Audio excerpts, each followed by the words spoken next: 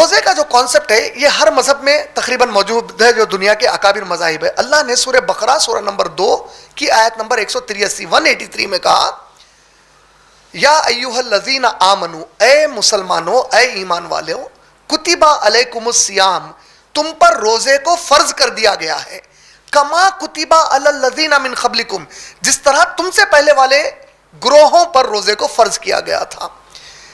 پہلے والوں میں یہودی، عیسائی یا جو بھی یہ لوگ اپنے آپ کو یہ مذہب میں تبدیل کر لیے یہ لوگ اور اپنے اپنے مذہب کا ایک ایک جو نام دے دیے، لیکن ان کو بھی روزوں کا حکم تھا. تو آج وہ لوگ جو کتاب کو تورات یا انجیل وہ لوگ سمجھ کر پڑھتے ہیں، آج بھی جب آپ ان کی کتاب پڑھتے ہیں بائبل، تو old testament book of Deuteronomy chapter number 9 verse number 18 میں روزے کا حکم ہے، ان لوگوں کو فاسٹنگ کا حکم ہے.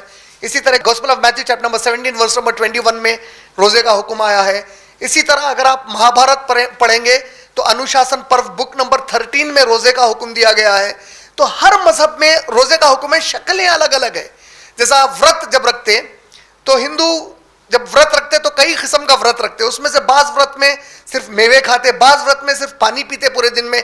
مسلمان کے لیے جو روزہ بتایا گیا یہ وہی طریقے کا روزہ ہوگا جو اللہ کے نبی محمد صلی اللہ علیہ وسلم نے ہم کو سکھایا.